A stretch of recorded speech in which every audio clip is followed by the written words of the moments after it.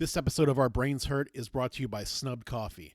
If you like punk rock and great coffee, head over to punkrockjoe.com and get yourself caffeinated. Now let's get to the show. Welcome to another episode of Our Brains Hurt with Ron and Matt. Thanks for hanging out.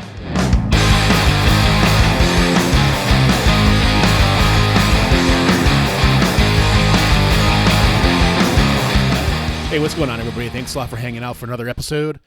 Tonight we are talking to Justin, the bass player for Florida-based punk band Kid You Not. And we will get to Justin in a second, but first, I want you to do us a favor and go check us out on social media, Facebook, Instagram, and Twitter, at Our Brains Hurt. You can find us there. Give us a follow. We're most active on Twitter. So if you want to do us a really big favor, head over to Twitter right now.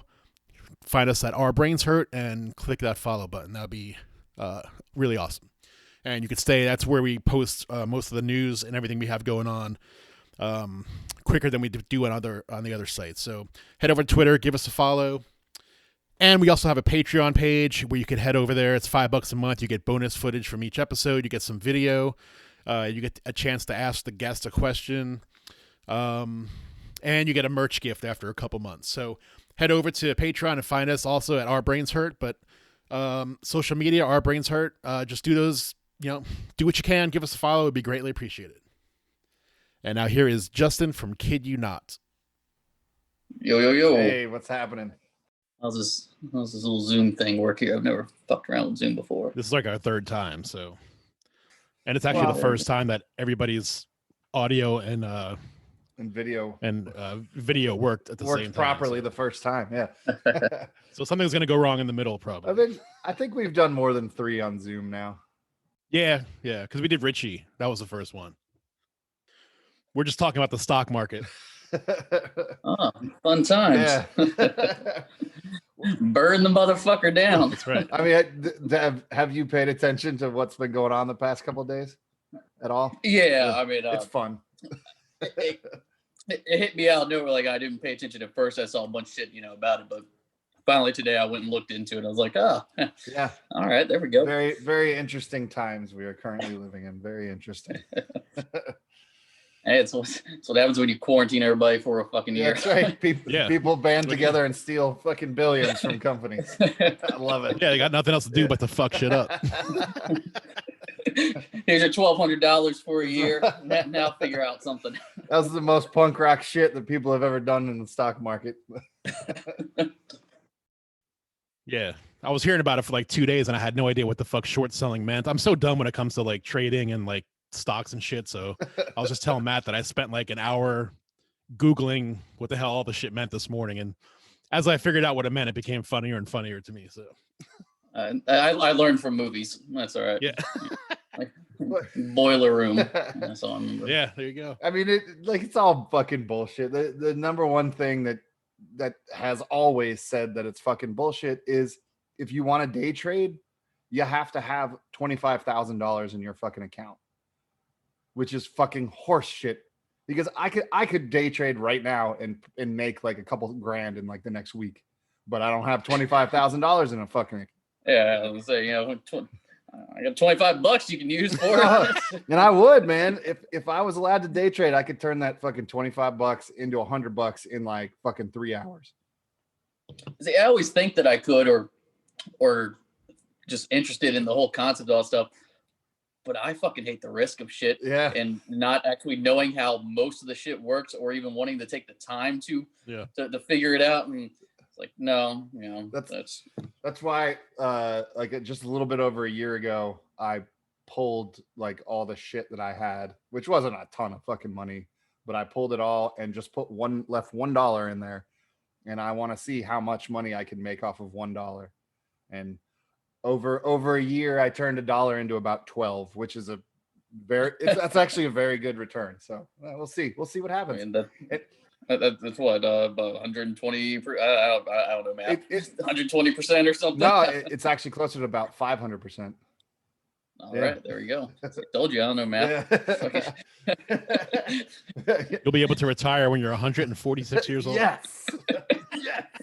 When I hit 80, I finally did it, and then I'll die.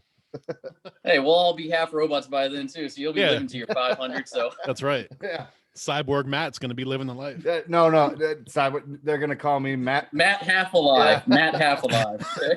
It's gonna be Matty mnemonic at that point in time. Or some the short circuit would be Matty 5 alive. Yeah, Matty 5. That fucking movie. I'm watching that movie tomorrow now. I haven't seen that movie in eons. Thanks. That's funny. Yeah. Justin, what are you drinking? Some Basil Hayden's. Oh yeah. Oh, nice. That's a good one. I'm a fan. I don't fuck with much except for just my good bourbon. Fuck yeah. Yeah. Fuck yeah. I was drinking. I've been drinking Wild Turkey 101 for the past couple weeks, but tonight I just have wine. Are we red or white? Red, always red. I can't do white, All right. man. White gives me like heartburn for some reason. I don't know I can't do it. It just tastes like shit to me. Yeah, I love red That's wine, it. but Yeah. it's I don't know. There's something that some type of bittersweet kind of like puckers my mouth, and like it's kind of I don't know. Doesn't feel good. It's like eating too many sweet tarts at one time for me. Yes. Oh, those sweet tarts. Matt, what do you have? Well, I decided to go ghetto tonight. And I have a couple twists. As opposed to every other night. Okay, yeah. So the huge. When I can afford nice bourbon again, I'll drink it. But I got a couple peach twisted teas, and when those run out, I got a 32 of Mickey's in the freezer. Just Hey, don't spend your $12 investment return all in one place, okay? No. That's it's a 2 twisted teas and a fucking 32 of Mickey's is only about $8, so $9 maybe. So I got a little left over. You're in St. Augustine? I'm actually in Jacksonville. Okay. Yeah. We started the band in St. Augustine. I was living there. Where is that exactly in Florida? Where's St. Augustine? St. Augustine. Yeah. It's 30, 45 minutes from Jacksonville, depending on where you're coming from. So it's suburb, same area code and everything. Gotcha. So just the beach town. But I moved there when I came back a few years ago from when I was living in New York for a good while. And Patrick and Ben, who were also in the band, they were we were just talking about starting something back up again, because we used to play together years ago before I moved to New York, and then Patrick was living out in Panama City and Ben was in Tampa, and Patrick just started coming. They both of them start coming out like once a week, all the way from Panama City, and one from Tampa, and we just do the shit and start doing this, and went through a slew of drummers. We're finally there and where we need to be on that, and finally someone reliable, good at what they do. It's always the fucking drummer. It's always it's always the drummer, which is actually funny, because I was listening back to Tito's episode earlier today. From Flag on Fire, we do a lot with them, growing up in the area, actually. And Patrick and Bo used to be in a band together years and years and years ago, and their fill-in guitar player when they came up the Richmond area there, Jeremy. Yeah. One of you guys were talking about Jeremy up there. He was our drummer at that same. Well, he was our drummer at first, and then they kind of swooped in and got him as a guitar player, and then it just became that I'm juggling too many things at one time. You fucking drummers. It's like. It's bad enough that one drummer will feed an entire music scene, but when they play multiple instruments also, because he also had a third band that he fronted at the same time. So he was doing us, Flag on Fire, and fronting his own band. And then half the time during that period, all three of us would play shows together. So he was playing triple duty, jumping up. Yeah, he was playing guitar for them when we went on a little weekend run, like back in God, I think that was back in 2017, maybe 2016. I can't remember. I think it was 2017. Yeah, I think 17 sounds about right. What part of New York did you move to? Brooklyn. Okay. Everybody fucking goes, Nowadays, right? yeah. Yeah. And we realize it costs too much money, and it's Yeah. the luster wears off after a few years. And, Right. Yeah, my whole family's from New York, so I go up there a lot. So nice. Yeah. Got too expensive there, so I moved out to Queens, and that started.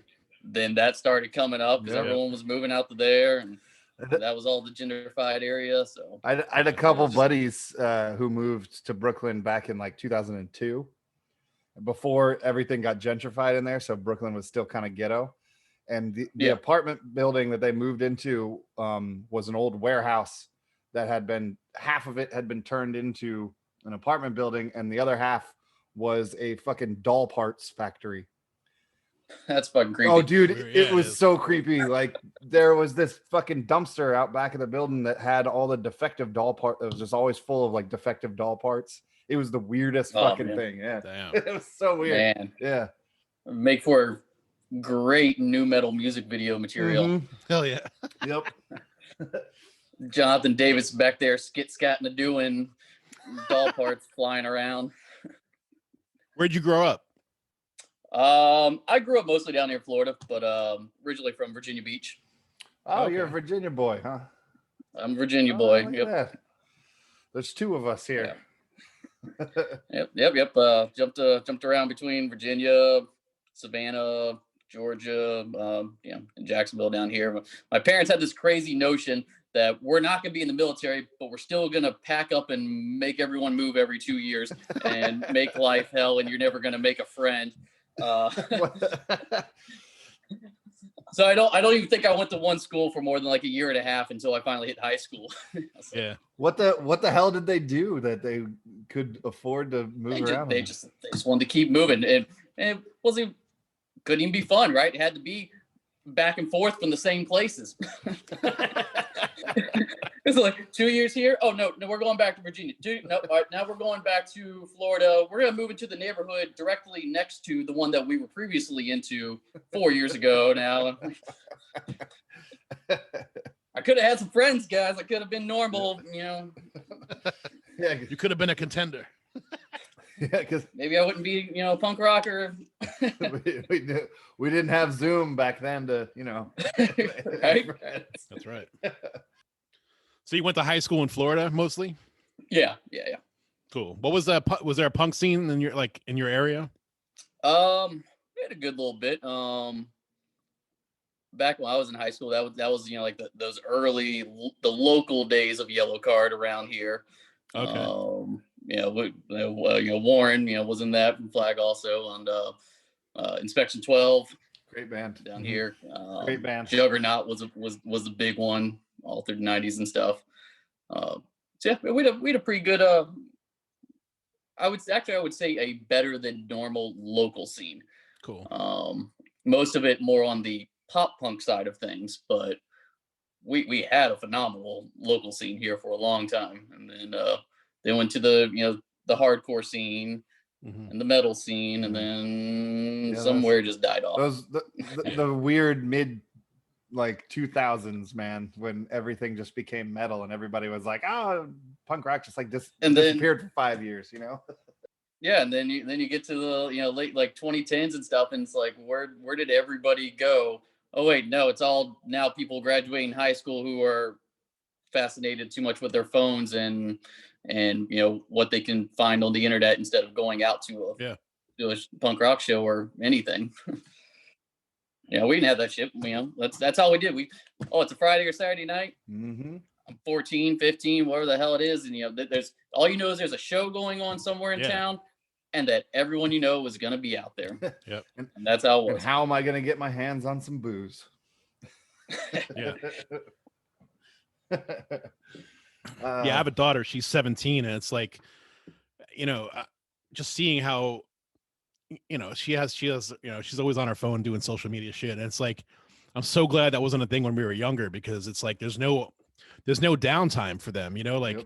Back when we were in high school, you go home and you could just like fucking breathe and relax. But now it's like you go home and it's like you're still hanging out. It's like it's fucking crazy, but whatever. Yeah, I mean, kids even go home, jump on social media, and that's all they're doing. They're just talking to people there. Maybe headphones with on the video games. I don't know. I'm not a gamer guy. I'm not either. Yeah. I don't. I think the last new game system I ever played was a 64 when it first came out. And that's the last thing I even played. That was a minute ago. But high school and even earlier than that with me, it's you go around the neighborhood. Whose yard has all the bikes sitting in front? Yep. That's what you're doing for the day. Exactly. And hopefully they don't get stolen. Yeah, and then it becomes whose yard. It becomes where are all the cars, right, when you get older. So yeah, I mean, but. Or the mall. That's what it became later on. Who's going and just hanging out at the mall? You're gonna run into everybody. Oh, the fucking mall. The mall rats. Our spot was Dunkin' Donuts. Actually, yeah, dude, that was ours too. Actually, Ron. It was a Dunkin' Donuts near me, and it's like you could go there any time of night and see at least 2 or 3 people there. But it was the only place in my town that was open 24/7. Back in the 90s. Nothing was open 24 hours here. That's funny. Yeah. Fucking Dunkin' Donuts. One of my best friends moved down to Cocoa Beach after high school. So I used to go down. I went down there like 3 or 4 times. It was pretty cool down there. But that's like a couple hours south of you, I think. Yeah. At least. I don't even know exactly where it's at. I've never been there. It's so Florida's weird. If you haven't been there, half the time you don't know where shit is. It's Yep. And literally there's probably 5 different zones that are all completely different. You got Panhandle, you're over there in Alabama. Yep. You're in Alabama. Up here in Jacksonville, we're South Georgia. The more south you get in Florida, the more northern mentality of liberal thinking, right. and the less rednecks and all that shit. So we're South Georgia, and then you got Miami area, and then you got the Tampa coast. They're all different. Orlando's a whole different world. And then we've got Gainesville is Mecca, for guys like me. Yeah. Yeah, that same friend when he went down there, he started playing drums in a band. And my bands came down and we toured Florida. We played like 5 shows. We played Pensacola, Sarasota, Orlando, Merritt Island, which is near Cocoa Beach. But yeah, it was like 4 different states. Yeah. It was crazy. And it feels like you're driving to 4 different states as long as it can take you to get to some of these places. We would do that, and just going from one city to the next in Florida was like 6 hours, driving. Yeah. Yep. All you got to do is find some gator to eat. Love some gator, man. Love some gator. Me too. All the time I've spent in Florida, I've taught myself how to grill it quite properly. I haven't done it. I haven't done it on my own. I did read recently that they have been doing was it mercury testing on anacondas or boas? Sorry, the boas, because the whole Everglades area and all that is just over. They said if you see them, kill them, because they're just killing all the wildlife and stuff. It's an invasive species. They're not from Florida, so they've been testing how much mercury is actually in them, so that you can start catching them, cooking yourself. But for restaurants to start doing it and offering as plates. Damn. Cool. Yeah, there was like a hurricane or some shit, and like pythons. Maybe it's pythons. I don't know which one. Yeah, I think it was 2. There's pythons and red-tailed boas. Those are the 2 big ones that have invaded Florida. I think maybe it was pythons is the one that they've been testing. I think that might be the biggest one. Burmese pythons and red-tailed boas are the 2 big ones. It's like wasn't it like some research institute that got destroyed in a hurricane and they all escaped? Well, that's what I heard. There's that, but then there's also every crazy person that wants all these exotic animals down there. And just lets them go. Pythons, I think they said was basically somebody had a couple as pets, illegally, long time ago, and got too big and let them out, and they just breed like wild. People down there that just don't. Not everybody, but a lot of people just don't take care of them properly. Some got out via stuff getting destroyed in hurricanes. Others just escaped because people didn't, contain them properly. And it's you get South Florida overrun by iguanas, There's other invasive species of snakes down there too. They actually found like a nest, like king cobra eggs that had. Fuck that. I don't. Yeah. If you just say nest, I don't care what animal it is, Yeah, fuck or that. insect, Yeah. or what the hell. If you just say nest, I'm gonna say no. Get me They're- away. This does not bode well. They still haven't found a king cobra in like the Everglades or in the wild or whatever, but they've found evidence of them successfully That was breeding. just a couple years ago. It I was. remember hearing about. Yep. Yeah. Yep. But Damn. I mean, those. Yeah, and then I think like they found one that had escaped or something like that. That was. Yeah, but those, if there are cobras out there like successfully breeding, which it appears there are, they're not gonna go near people. They just want to be in warmth and have a place to eat, so they're gonna stay in the Everglades. They're not gonna get around houses and shit. I mean, maybe one will. I don't even really know if they could survive as a species there, and not that I really know anything about snakes because I fucking hate them. But in my mind, when I think of jungle type snakes, you know, and then that whole wetlands and area, I don't think of cobras. So I don't foresee them surviving. They're down there, unfortunately. But that would be a. I mean, I've had my plenty shares of king cobras. You know. Was that the mall liquor? Was it the king cobra? Yeah, it was. Cobra. The 40. Oh yeah, the fucking Yeah. 40s. Yeah. Yeah, I think that was the Oh, first thing yeah. I drank. I think. Yeah, you want to get bit? Yeah, we used to go like, the king cobra. We're gonna get bit Playing tonight. playing some Edward 40 hands over Oh here. yeah. Oh, get out the 40 duct heads. tape and some king cobras, gentlemen. We're gonna have ourselves a night. Snake bites. I was gonna ask you when you guys like started as a band. It was 2015. Okay. Yeah, I think when I came back from New York, it was the very end of 2014. Let's say maybe like around Thanksgiving-ish. And then so sometime early spring, I believe it was, around 2015, that's when the guys started coming out. And originally the idea was to redo the band that we did before. And we started playing some of that stuff at first, but then it didn't feel right. There was a member of the band a long time, you know, way before, who, when I was in New York and Patrick, you know, everybody was moved separately, that took his own life. Oh. Wow. And just playing the songs again, it didn't feel right. Yeah.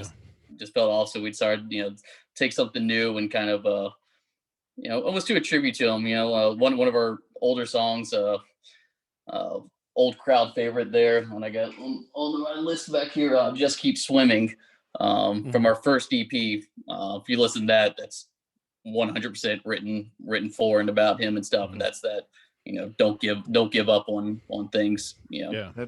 That first EP is really good, man. That was the introduction I got to you guys.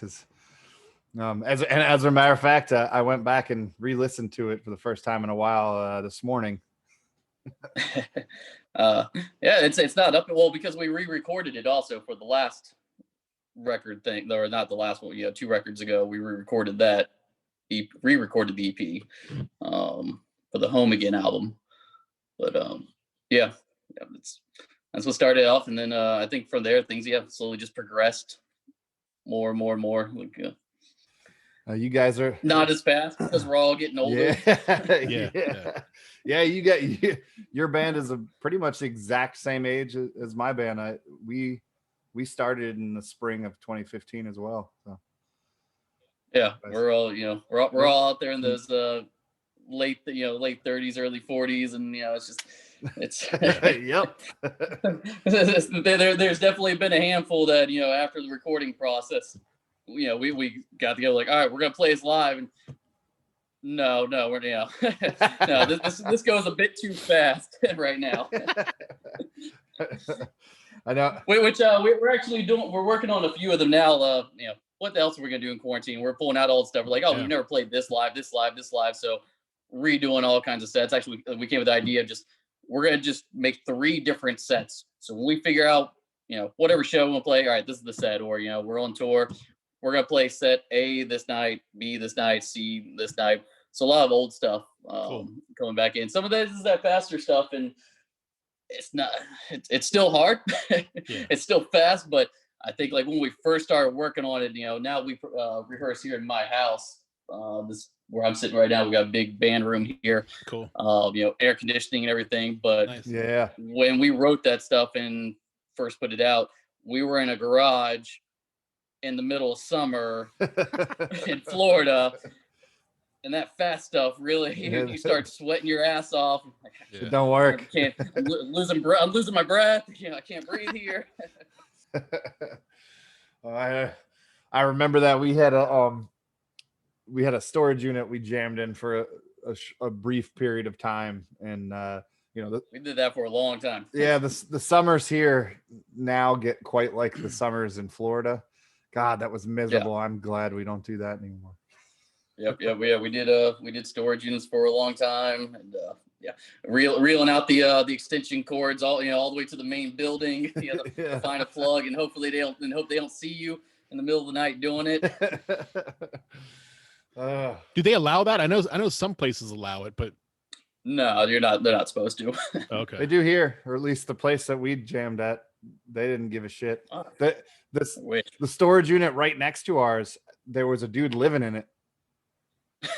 Yeah, like this guy had. That's definitely illegal. This guy had all this fucking musical equipment. Yeah. Like he had, it was insane because he always would have the door open, and like is he like running extension cords for himself, or just living electric free, or no? It all a lot of them have like up here at least, and I know in Maryland, a lot of them have all those outlets like inside the units. Yeah, and they're climate controlled as well.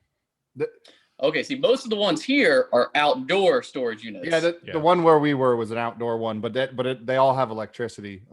Oh yeah, we never had that. So yeah, we're literally running like 3 extension cables. We're having to hook to each other to get, what feels like a mile down, to the end. Yeah. And then when you're tired at the end of the night, okay, rock, paper, scissors, who's going way down there and rolling up all the heavy ass extension cords? We asked when we got the storage unit, and like, can we practice as a band, or whatever? And they were like, yeah, sure, whatever. Yeah. So. Well, that's good. Yeah. That's fun. I was thinking about getting one. Actually, I was talking to my wife about it. I was thinking about getting one just like to do the podcast in and like store all my fucking record label shit. Yeah. But I can't. I don't know. It's just, I don't know. We've got this sweet. The front of my house here, and then same thing. I do stuff with Bipolar Records also. Oh, nice. My role there is mainly taking care of all the record actual end of it. Getting stuff pressed and doing all the mail orders. So that's also filing cabinets and all. Okay, cool. Here, mail order station over here. That was actually going to be one of my questions tonight. I've always been curious what your relationship with Bipolar was, because I knew you had either worked for them or ran it or something along those lines.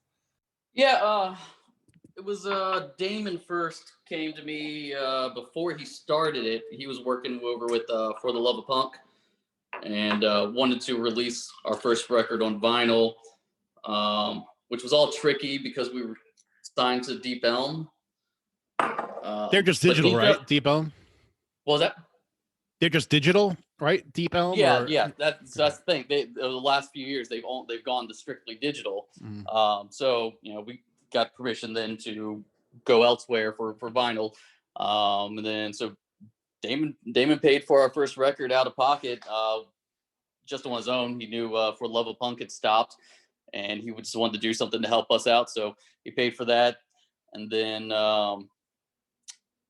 After that, he would start, I want to start this record label, do this. We evolved like, yeah, you helped us out. I'll do whatever can help you. I had the connections at the pressing plants and stuff. So that's pretty much how it became. And I told him, just send everything to me. I'll do all the mail order here, since I know you guys probably don't have the space or really the time to do it. If you're doing all this other stuff, just keep taking care of me. And so they've pressed each of our records, three records now. Nice. Through that. That's kind of the gentleman's agreement. You guys keep working with us, and I keep working with you, and That's we're cool. all a part. We're all a part of it. Make it a community. That's nice, man. It kind of sucks that For the Love of Punk shut down them and Dying Scene. I was a big fan of both those sites, which are. I don't know what happened to Dying Scene. I know we're getting ready to do press for the record that came out in October. I was going and checking them out and stuff. I was like, all right, they've always been good to us. Why haven't I seen anything? Yeah. I go look. I'm like, there's no post in like almost 2 years. What the fuck's going on? But every now and then they'll post something on Instagram and shit. I remember reading something about they had some weird thing happen where they had to shut everything down. Now don't quote me on this, but I feel like I remember reading something about there was some sort of legality that forced them to shut down. But I could be very wrong about that, but I feel like I remember reading something about that. That's really weird. I said, yeah, because they still will post every now and then on Instagram still now. But anything on like the actual news site is just dead. It's a shame because those were like the best two punk rock sites, For the Love of Punk and Dying Scene. Those were great sites, but yeah. Punk News used to be great too. Punk News is still okay. I mean, it's they're good at what they do. Yeah. I like seeing reviews on there. They do good.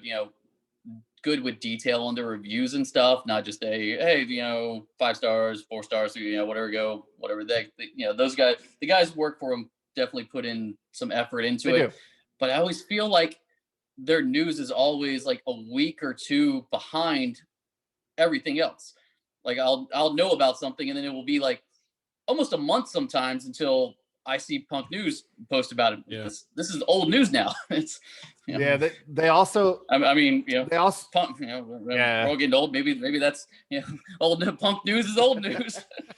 They also kind of like stick to like mainstream punk rock. They don't do too much stuff for like mid tier and lower tier, like bands that are out there touring and stuff like that. You don't see as much. Which was one of the reasons why I loved Dying Scene and For the Love of Punk is they didn't give a fuck really who they posted shit about. It was just like if you're on fucking tour, they were gonna advertise stuff for you, essentially. I mean, there was a little bit more to it than that, but it's it's a shame. And there's so many. I mean, most of them just caters to the big stuff now. Even New Noise, Yeah. That's that's the new AP. Yep. That's true. It's very true. That's the AP that you don't have to pay as much ad time for to get in them. God, do they still put those in print? Does AP and New Noise? New Noise they do. I know that. I'm not sure about AP anymore. I think AP still does, but I know like to be in there, if you're not already big, like you got to pay out the ass and advertising to them to get in there. That's how they get you. All these new discovered. The local buzzworthy ones. No, those are guys who paid out the ass to get in there. Yep. Same thing with Razor Cake. Razor Cake's really weird too. No, it's funny. I remember like early on from our band, we had gotten contacted by New Noise from somebody, and they said they wanted to do a write up on us and all this stuff, and we're like, oh yeah, sure, cool, fuck yeah. And then they were like, oh no, it's just digital, and we were like, oh, it's okay, it's not going in the actual magazine. And they were like, oh god, no. Thanks. Yeah, they've done some online premieres for us and stuff, but they did some reviews too, and like same thing. No, this is digital only. Yeah. Like, well, fine. I mean, granted, most people see it online and see it digitally, but I want a copy for myself. Yeah. Hell yeah. I'm a little sentimental about That's this right. shit. Now I'm over here with an old big ass black and white printer printing out my article on myself.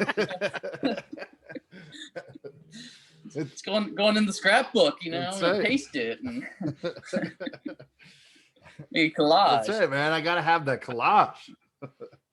Hell yeah. But like Razor Cake won't write about you unless you physically send them your media. Oh, really? Oh, so it's like old school. Yeah. You gotta send them a press kit, pretty much. Yeah, you gotta send them most of it. They want a vinyl record from you. Interesting. Wow. I'm like, well, I don't necessarily need a review or anything. By the time by the time the pressing plants get me, I already waited 6 months to get the record. I need this before, ready to go before. Now I have to mail it to you. Wait till it gets there, and then they send it out to someone from there. They get it, and then they decide what reviewer they want to send it out to. Wow. I was like, okay, so what? Like a year after the release, you're going to review something? Thanks, I guess. I don't get it. That's got to be like some of the bigger labels who are get their shit way in advance with a long release date way in the future. And they're like, all right, we're gonna start sending everything out now and paying for all this press. That's got to be what they're going after. But it's hey, in the end, it's a bunch of high fidelity style snobs who probably who want free records. Totally. I used to work at a record store. I was the same way. Like, just give me the free records too. That's like so have you ever heard like the thing about if you're a band on tour and you're in fucking Tennessee, Sun Studios, like the place where John so we didn't know if this was a rumor, if it was true or whatever, but if you go to Sun Studios as a band on tour, and you give them a copy of your record, they'll give you the tour for free. We didn't know if that was a rumor or if that was something that was still happening. I mean, we knew they used to do it back in the fucking like way back. Is that the small one? Is that the Studio B thing? The Studio B, like where Elvis recorded and all that stuff? Yep. Elvis, Johnny Cash. But yes, it is still a thing. Even if it's just a CD, if you show up there and you're a band, and you give them a copy of your fucking album, they will give the entire band that's awesome. the tour for free. That's cool. Yeah, and it's like $16 per person. Yeah. So that's awesome. Yeah, I remember going to like the Hall of Fame, and then you pay and took a bus down to the Studio B. Yeah. That's wild. Which, by the way, we've just now in the last 5 minutes talked so much shit on different review sites that none of us are ever getting press ever again. Never. Not one time. I was just gonna say I was trying to find like an outlet to kind of promote the podcast, like one of those websites, but I guess it's not going to happen now. It's not happening now. Not now. I mean, Dying Scene will post it on their Instagram because we said that they used to be good. Yeah. Okay. All right. Yeah. We love Dying Scene. You're the best. Love you. You guys are the greatest.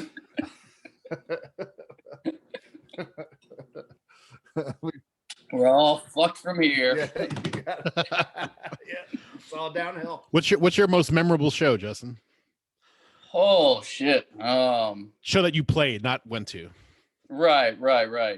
Because you've played some pretty big shows. I mean, you played with Face to Face. Face to Face might be the most memorable. I wouldn't say favorite show, but that'd probably be the most memorable. Yeah. Because that was not long after we started the band. I think we just like demoed on a 4-track a couple songs. So it was early on in your. Oh yeah, it was very early on. We had our first show booked for like fall, and the Face to Face was in summer. And again, we just started in spring, and we were like, all right, we're playing our first show for fall. And then somewhere, I want to say like I don't remember when the show was. The show was either in July or August, something like that.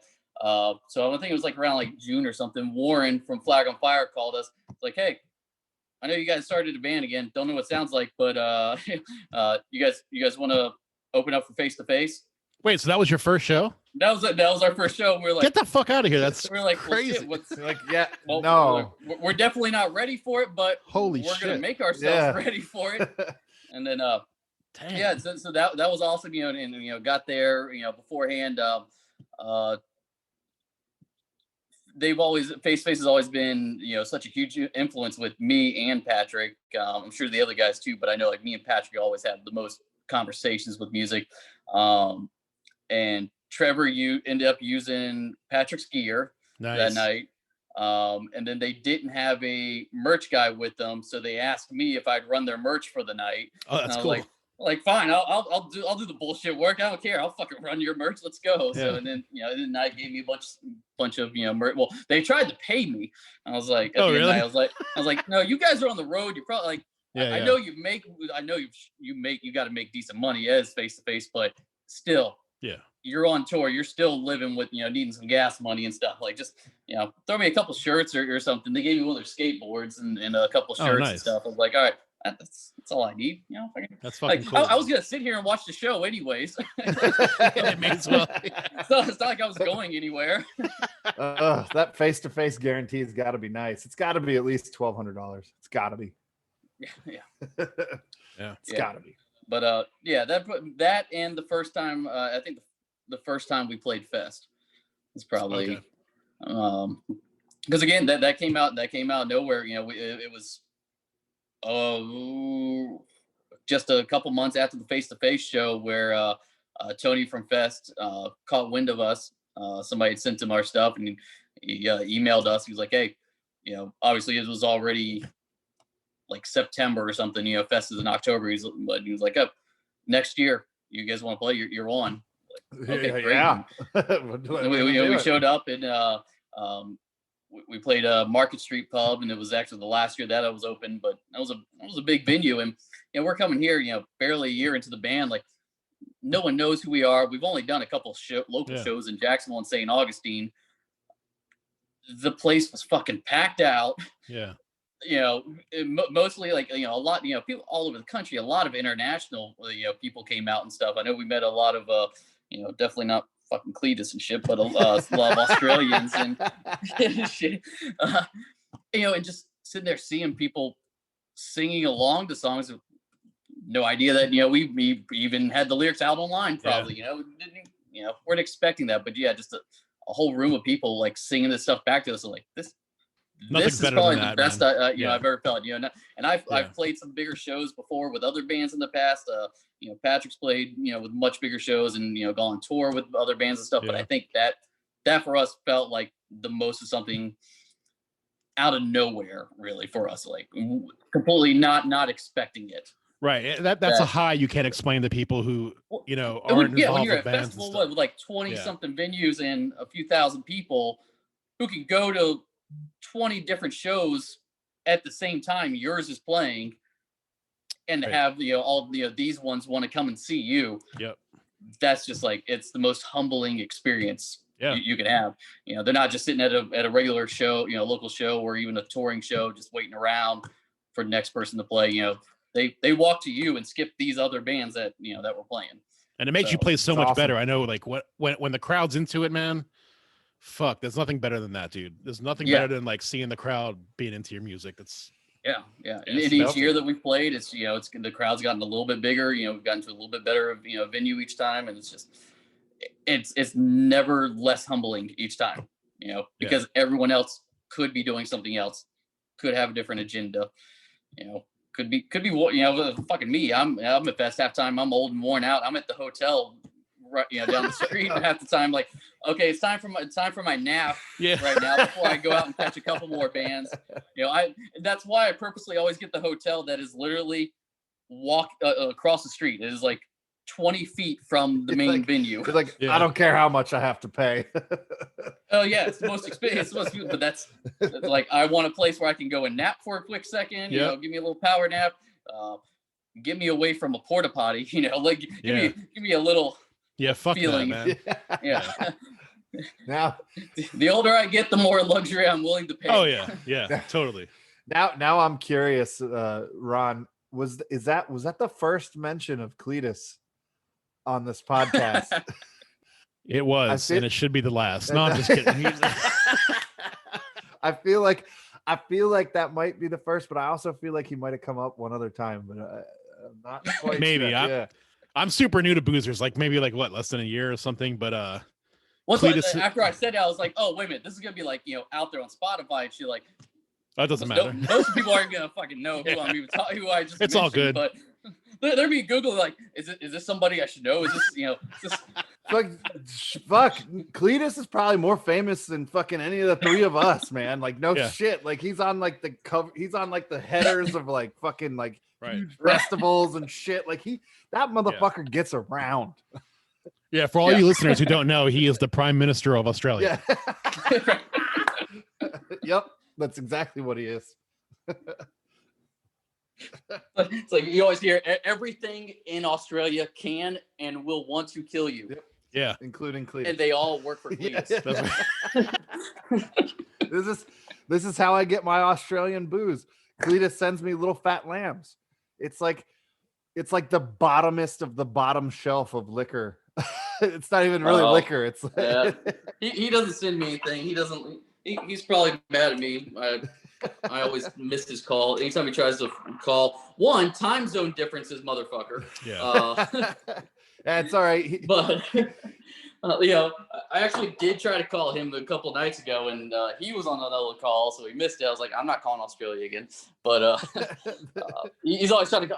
No, I got too much. I got one time. I've got a kid here. I'm a single dad here, so I don't have time to just sit here and get drunk on the phone with you, Cletus.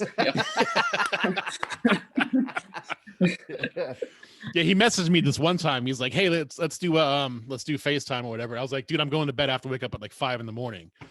So like 20 minutes later, I'm laying in bed. He fucking FaceTimes me. I was like, "Fuck it, I'll talk to you." And that was what Matt, you jumped on too. I think. Well, yeah. Well, he hit me up and was like, "What are you doing?" And I was like, "I'm not doing anything." And he hit me up. He's like, "I'm gonna try to get Ron." He's like, "It's gonna be the three of us." And I was like, "Are you sure Ron can do it?" I was like, "He's got a schedule, man." Yeah, it was all good. Yeah. I've got to, I get up at 6 a.m., get my kid ready for school, get going. I work too. Fucking come on. Yeah, no. He's out there at like 9 a.m. driving a forklift drunk. He lives in the future, man. So when he's calling you, it's tomorrow. It's so trippy too. Yeah. That's some trippy shit. I talked to him actually on the 31st of December, and he was in the next year. Yeah, that's funny. I talked to him that night. I was like, "So is 2021 better than 2020? It's got to be, man." Turns out it's not. Man, speaking of that shit, I read some weird article today too, and I go look back and look, I was like, "Oh, this article's like 3 years old. Everyone's had to have seen it," but fuck, I hadn't seen it till now. But just talking about how time is this weird, it is fucking it's imaginary, and that you take a clock and put it, right here at sea level, and then the same clock, same time up on a mountain. At the end of the day, the times are different, even though they started the same, because time at a higher elevation without gravity moves faster. It was some weird physics shit that time moves faster the higher you are. The higher, the higher you are, but it really does. Yeah, man. Simply, if you're high, it moves a lot slower. Yeah, especially if you're on blow, it moves really fast.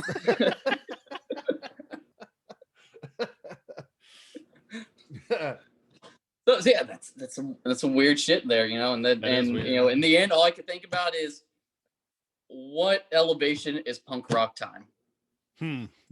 That's a good question.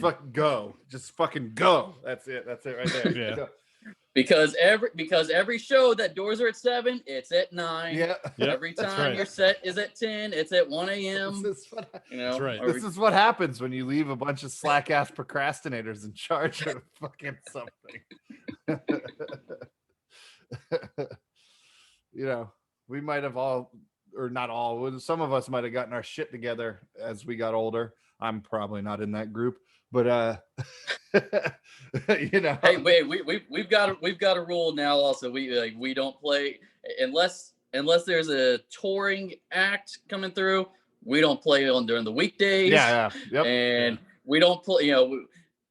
If it is a local show on the weekends, we don't play after a certain time. We're just like, we've all got families at home, and kids, It's what happens when you hit your fucking 40s, man. You gotta plan. Day jobs to get to in the morning, to pay for that shit. Like, no, that's sorry, I got to stop it somewhere. Yeah. When the local place down the street, hey, can you open up on Tuesday for Billy Joel cover band? It's like, nah. Fuck yeah. No, Last time we did that, it was for some reggae band where we were all the only opening band for them. Like this does not compute somehow. That's weird. Yeah. And even then we were late for it because we had a drummer at the time who was a drug addict and had to stop and get his fix. And It's always the drummer. So we didn't get a sound check, and that was like our first drummer. It's still a buddy of mine, Danny. Like he's the only drummer I've ever who's an actual drummer I've ever played with. He was always early. He was on point with like moving gear and doing all that stuff. Like he was like show up to practice or gonna hit the road, for extended weekend. He was always the fucking first one there. He was always fucking ready. I was like, what the fuck world am I living in right now? I don't know that I've ever experienced that with a drummer, and we at least have Nick now who's responsible and, plays his shit. He's not a drug addict, actually shows up, to practice relatively on time. I'll say within an hour, of time, but he lives in Georgia. Like, oh yeah, he's dedicated. Oh, wow. He comes down from that's Georgia a drive. for us. That's a drive, Yeah. It's the other guys coming from St. Augustine. I'm the asshole that moved out of St. Augustine back up to Jacksonville. So, two of the guys got to come back up, 45 minutes, an hour from St. Augustine. I'm like, you guys want to set up a practice space? 45 minutes ain't so long of a drive. It's not that bad to jam. I would say our guitarist, well, granted we haven't jammed in like a year, but we just got back in like 2 weeks ago. We hadn't, I want to say like the beginning of October. We did the virtual fest. We like that. No, we're not. And I'd like to say it's because of the world, what's going on in the world, but somehow our slack asses has done it every year we've been a band. Immediately after fest in October, we don't somehow get back together until January for some reason. Like something is always going on with somebody, and then holidays, and it becomes. And so like, okay, I can practice today, okay, but I can't do next week or the following week because here I got this and this is a holiday. Why am I going to why are we going to do it for 1 week and then come back in 3 or 4 more weeks to relearn, redo what we just did? There's no fucking point. So it's our winter break, October to January every year. Unplanned, but I should plan it from now on because it happens every year. Also, the first couple of years it started happening. Actually, it started because we end up kicking drummers out, like after fest area and stuff. Like, no, it's not working. We needed this time to get ready for fest, play fest, because that's our big highlight of the year each year. So get ready and play it. All right, now we've done it. Now we kind of get rid of this string and regroup and get something else going in here.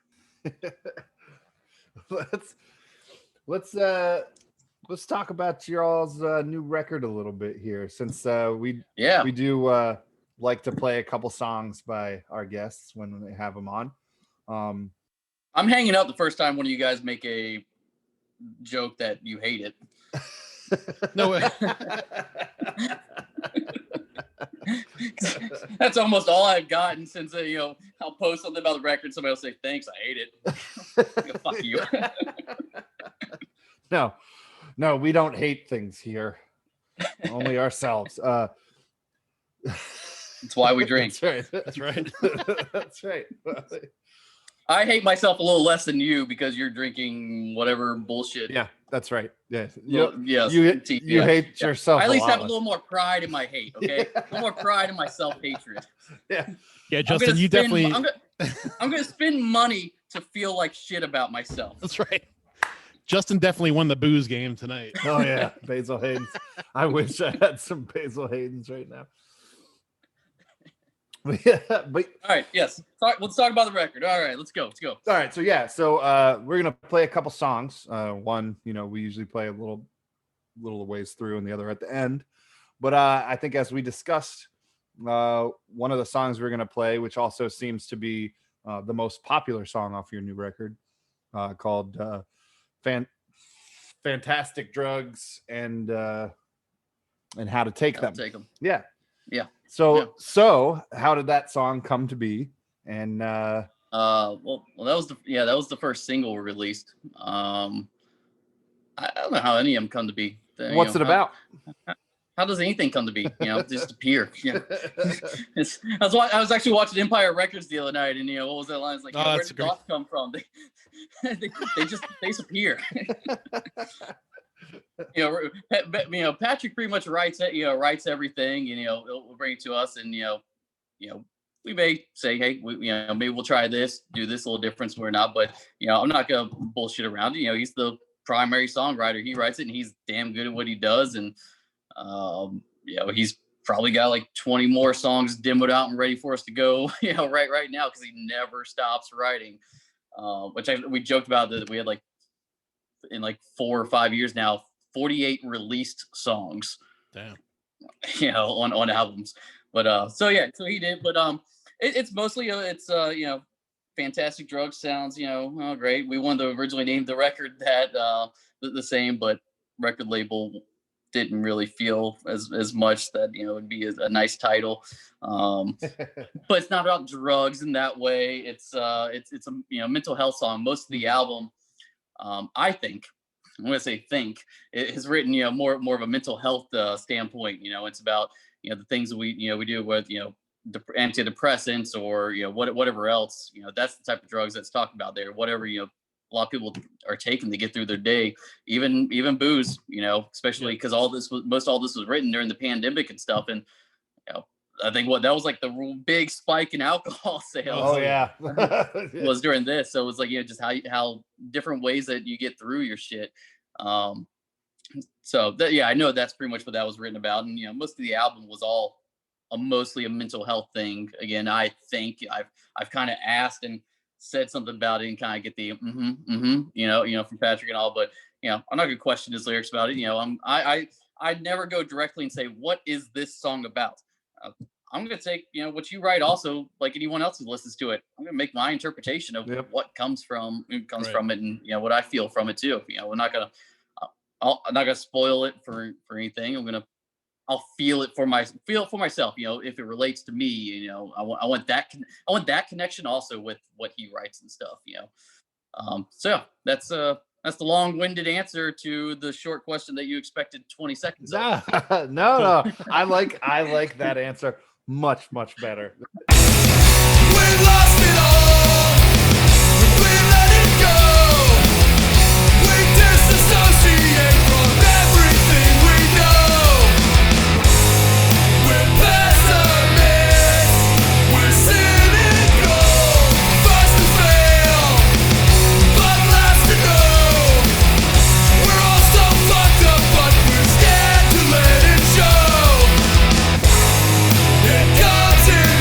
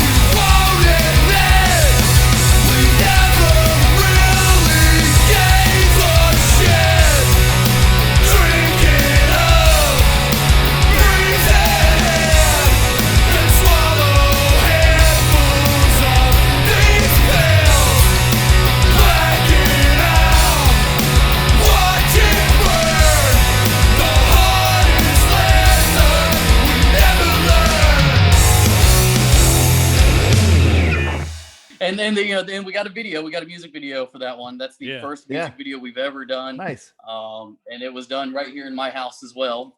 Oh, cool. We had no other ideas what to do. So all that was done in our house. It's a good video. I like it. I enjoyed it. So so is Patrick with our nice. Oh, there it is. The eye. The star of the video. Yeah. The star of the video. the eyeball mask. So it smells like old gym shoes inside. So is Patrick the primary songwriter musically and lyrically? Yeah. Lyrically, definitely everything. Musically, definitely everything.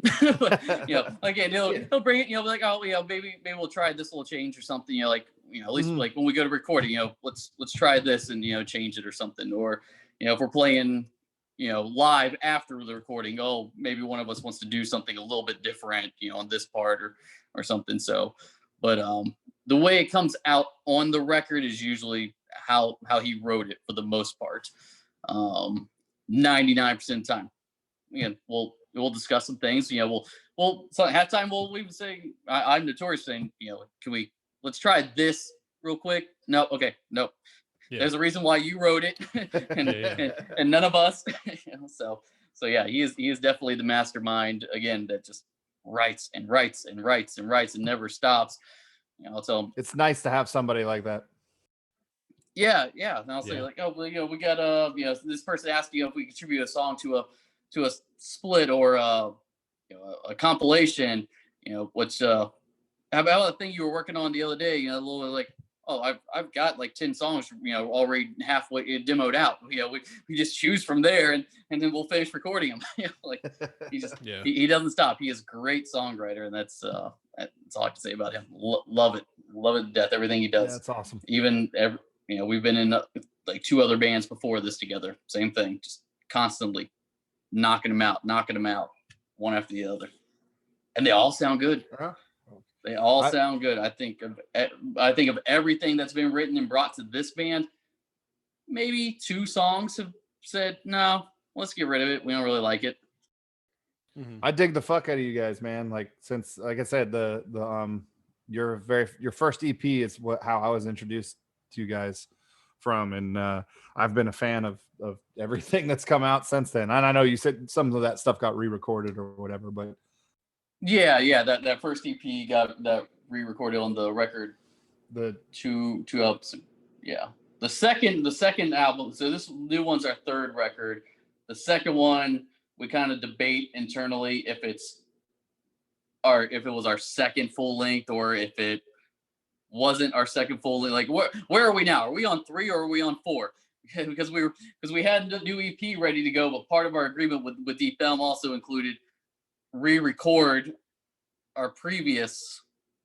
It was actually re-record our previous 2 EPs that we started out with, the ones that were on Felony Records. Re-record those, and we're like, well, one of them we don't want to re-record, just kind of leave it as it is. We don't play songs from it anymore. Leave it. The other one, the first one, we'll re-record that, but we've got a whole new EP ready to go also. So we put it out as a full length, half new songs, half was re-recorded of the ones.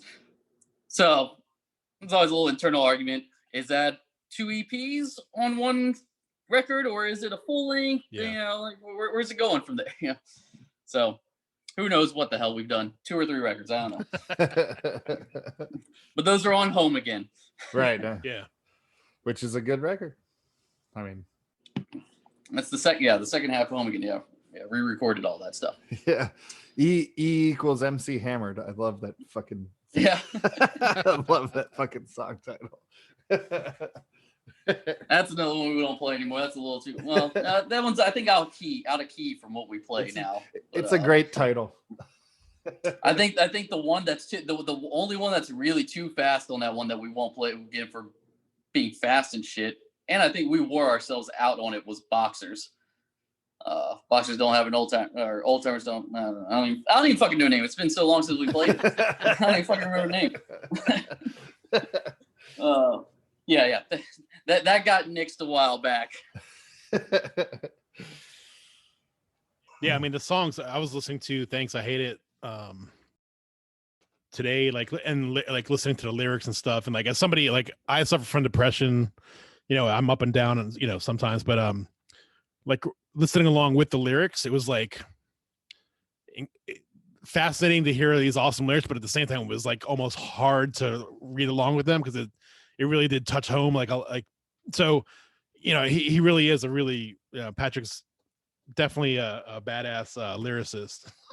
and a lot of the stuff he writes like that, it's very it hits you home like that, and it's almost depressing, but with an uplifting message Yes. to it, like Yes. this is what you're going through, but you can do this instead. But it's not like the whole thing is you should be better. No, Yeah. no, this is what I'm dealing with, and this is what I'm gonna try to do. I can't promise anything, but I'm gonna try to do this. Yeah, it was like finally somebody put it into words. That's exactly what I feel like. But I don't want to get this too dark, but whatever. I really appreciated the lyrics. Go by like a rhyme, no certain rhyme scheme or anything, to where it becomes like overly poppy or anything. He has his own way of writing shit, and it's just it does really hit you. He also has his own way of writing music, and he's gonna fucking kill me when he listens to this and stuff. But we joke about it all the time. Practice, if you listen to shit, half the time there's not the typical punk rock or even pop structure, verse, chorus, bridge, chorus, out. It's, verse, chorus, bridge, verse, chorus, bridge, like this weird shit. Mm-hmm. And if you ever do get something that's somewhat verse, chorus, bridge, it's verse, chorus, verse, but it's played differently than the first verse, chorus, but the chorus is played right the first half, but the second half is played different, and then verse, which is actually played with the same notes as the bridge, but at the speed of the verse, and then the bridge, it's always okay. It's just change with him. That's just the way he writes. That's what makes great music, though, is little like subtle differences like that. That's it's crazy. And even as a guitar player, he's one of the greatest guitar players I've ever I talked to even just some of my friends around here, who grew up watching him and stuff. Also, not being in bands with him, just the shit that he does on guitar. Because if you listen to half that shit, you hear your normal, your front guys, you're doing that rhythm guitar while he's singing, down 1 2 3 4 1 2 3 4. But when during that 1 2 3 4, you hear that weird guitar going dun dun dun dun dun dun dun, dun, like the weird leads and stuff. Patrick's the one playing the leads. Wow. Live while singing. Yeah, damn. That are completely offbeat from each other and offbeat from the actual structure of the song. So it's just fucking crazy. So any of the lead stuff you hear on there, he's 90% of the time playing that shit live, and it doesn't, I can't, I've got to do backup vocals for that shit, but I told him, like, I got to be like Ramon style. It's got to go with the 1 2 3 4 for me, or I lose my place. Whereas, he's playing on the off beats over here, but playing on beat, singing on beat. Now, I don't get it, but he's a drummer too. He can do all that too. He's got that separation of brain of shit. And like, there's not that. Yeah, I play bass too, and I'm the same as you, man. Like I need that structure. I get hell from it. I get hell for it all the time. We need more of the backing vocals. I'm trying, but I can't always go up to here and stuff while singing this line. Right. Yeah. I can't do it. There's not many people who can, man, play leads and fucking sing at the same time. There's just not that fucking many people who can do it. No, yeah, it's again, when everything's so off time from each other, even like I've almost never heard of somebody, seen anybody do that. Just such an off time, finger tapping leads and shit while singing. Yeah, I don't know. That doesn't go on the beat at all with it. I don't understand how you do it. You're a god amongst us. reaching back and grabbing something else. I don't know what that something else is. But... And he's very humble about it. He's very humble. He's like, oh, it was hard at me at first. I just had to do it a few times, and eventually got it. it's people who probably couldn't do it after 5 years of trying. We mean yeah. after a few times you got it. A few you know? times. It took me 4 times, man. Yeah. What are you listening to? What do you what's on your turntable, or what do you put on in your car these days? Ooh, I'll be honest with you. I have not even listened to too much new music lately, or even really old music. Yeah, regardless. I've been to a lot of podcasting lately, but I would say from this last year, the things that got the most play for me, at least new wise, Ways Away, Okay. their Ways Away album, and Be Well. Those were both fucking phenomenal records. Ways Away is guys from Knapsack and Sam I Am. Oh, Singer from Stick With Your Guns, you know, that hardcore band that I've actually never listened to, but I'm assuming hardcore band with him means, you know, a lot of screaming stuff, but it's a very clean vocal, not what I expected at all. And it almost felt like the Sam I Am record that I always wished I had, that never, you know, after they got back together, that I never got. Yeah. Be Well is that very post-hardcore, you know, it's guys from like Converge and Bane and stuff like that. But I think the singer used to be in a band in the 90s, Battery is what it was. But he's like he's a producer. He's done like all the movie life stuff.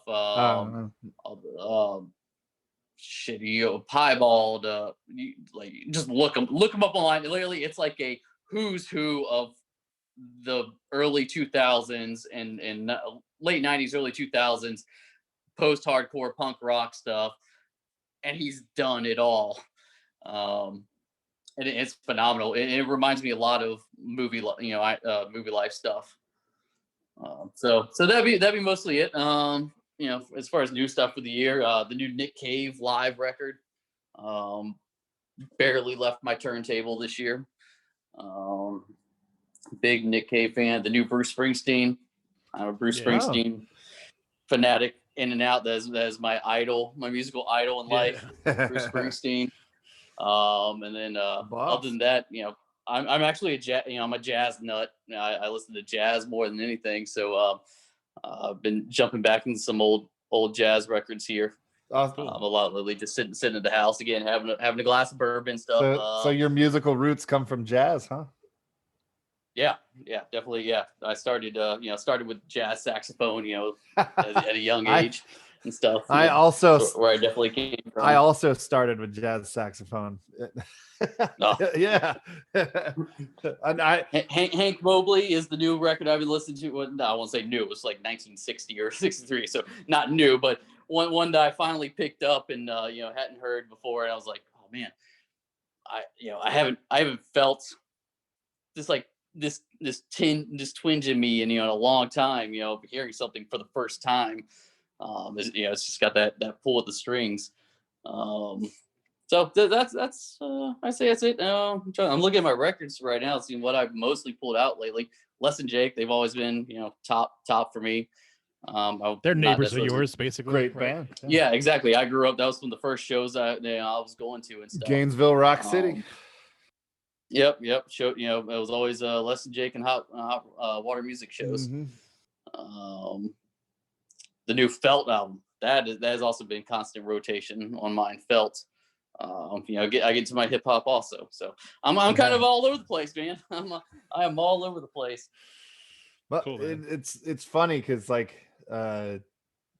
most people in punk rock bands nowadays, especially as getting into like the 40s, late 30s or whatever, a lot of everybody seems to be kind of scatterbrained all over the place with like different kind of music these days, which is, I don't know. I think that's kind of where punk rock comes from, you know. Yeah. I've always been all over the place with that shit. Actually, just the other day, I got a little bit of shit from some people I posted online the other day, but I finally picked up an old Maxwell record, the R&B singer and stuff. Yeah. Black Summer's Night.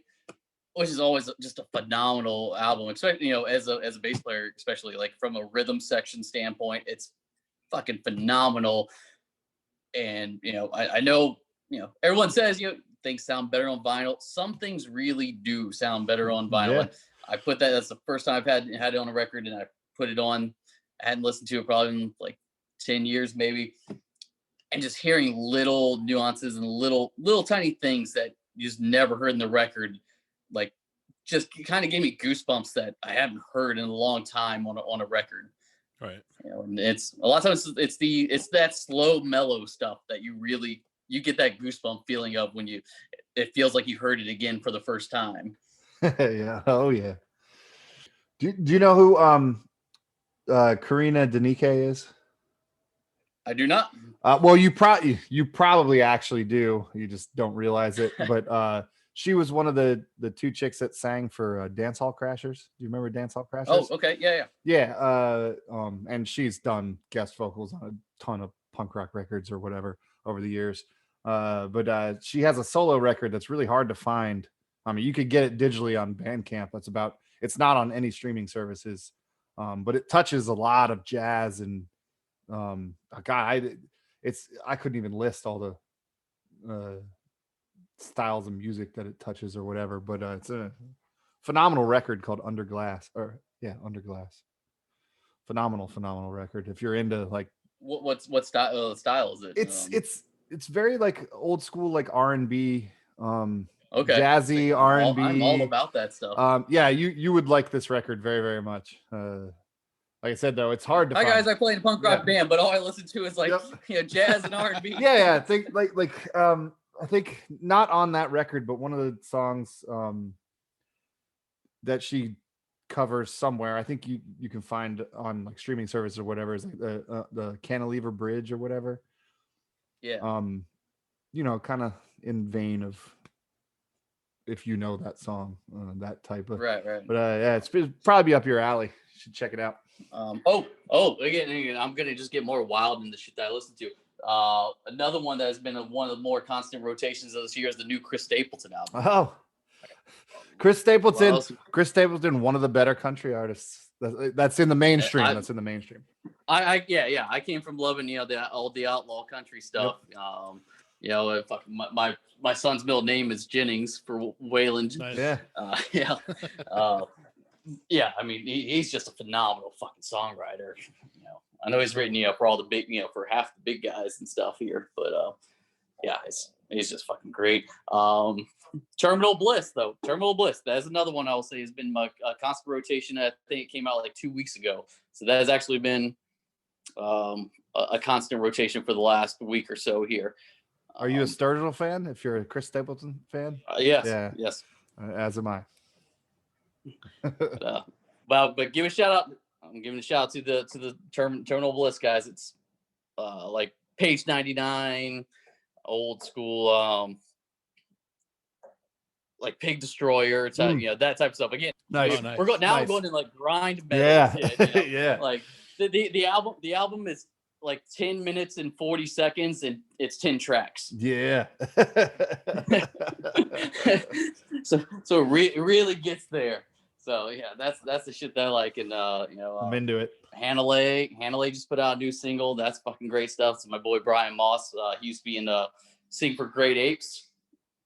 They were on Asian Man, Great Apes. Oh yeah. And then The Ghost before that, which is an awesome Chicago band. They were more post-hardcore. Yeah, The Ghost is fucking rad. I love that band. Oh yeah. Yes. Okay. See, not many people I feel know enough about The Ghost, and people should. I definitely know who The Ghost is. Ghost was fucking great. The first time I saw them was when I met Brian. It was on the they toured with Thursday when it was right before it was the tour for Full Collapse, but it was right before it was released. So like they were on tour when it was supposed to be released. So seeing Thursday in a little tiny club, Nice. Without anyone there. The Ghost opened, and Rival Schools. Going back to those days, do you remember fucking Honor System? Yes. Yeah, Honor System was awesome too. I loved that, man. Man, Well, Cool. anyone that actually listens to this tonight, I want go listen to The Ghost. Yeah, That's my thing. the Ghost is a great band. I actually got a little drunk the other night, and yeah, I posted a video online of myself sitting here singing The Ghost. It doesn't happen often. It literally, you will never see a picture or a video of me, and ever. And unless it's like a press photo or something, because I'm not about doing, putting myself out there and shit. But yeah, somehow 3 a.m. hit really hard, and here goes a video. Hey, and now you're on a podcast. And now I'm on a podcast. I see you guys, but no one else is gonna see me. Nope. No, I get nominated to do like all the podcasts that Nice. we have to do. We've done for the band here. It hasn't been that many, but yeah, I always seem to be here. Cool. Patrick's usually with me, but again, a little late night. Yeah. 45 minutes up. Get up. He has to work at the hospital. He works at the hospital down there. okay. So wake Yeah. up in the morning, Yeah. all that stuff. So So he should be here with us, but alas, he is not. it's all good. Hey, it's a podcast. Repeat guests are a real thing. Oh yeah. Yeah. We Yeah, do it again in the let's future. do it. I'll fucking do it. Yeah. Yeah, I'll start. If no one has noticed listening already, well, I'm like, we've been here for like half an. It's hour. probably more than half. It's been an hour. It's been an An hour hour and now? 20 minutes. Yeah. Yeah. An hour and 20 minutes. Okay, so I've gone through like 4 or 5 drinks now, and And I start to ramble more and more as the whiskey goes down. So we could do another one where I start from new again. Time will slow down. It's been, I've seen articles where you could if you pass away, they could take your ashes and make a record, a vinyl record out of it. Okay. And you could pick whatever record you want.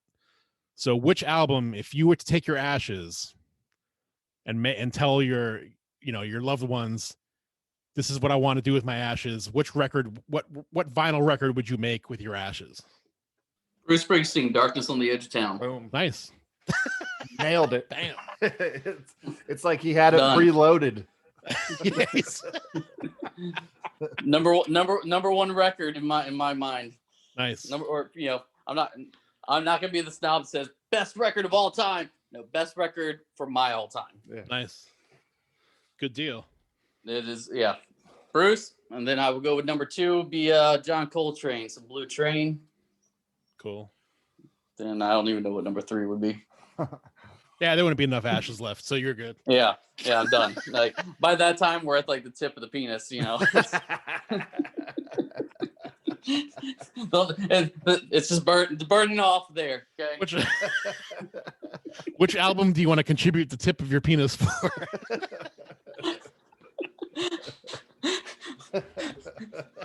Melancholy and the Infinite Sadness.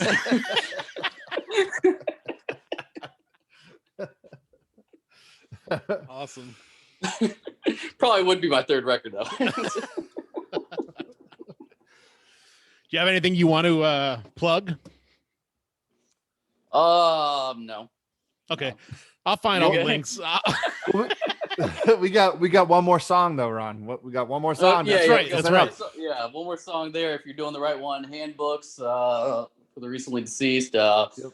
I'll plug us. Find us everywhere you can. Buy all of our shit. Buy our vinyl. I need money. What's what was the CB40 or no? What was how high? Yeah. How high? I need. I need money. He's like, Oh. I need money too, and we are friends ever since. Again, shout out to my boy Brian Mawson. Hannah Lay. He just dropped a new song, so I do want to plug that. It's fucking great. It's coming out in AF Records in like a month. The Flag on Fire guys here in town. Yeah, they're rad. As always, much love with them. And U Vandal. U Vandal's got a new album coming out. There are guys from Gainesville, the only guys that we have ever toured with. Every tour we've done.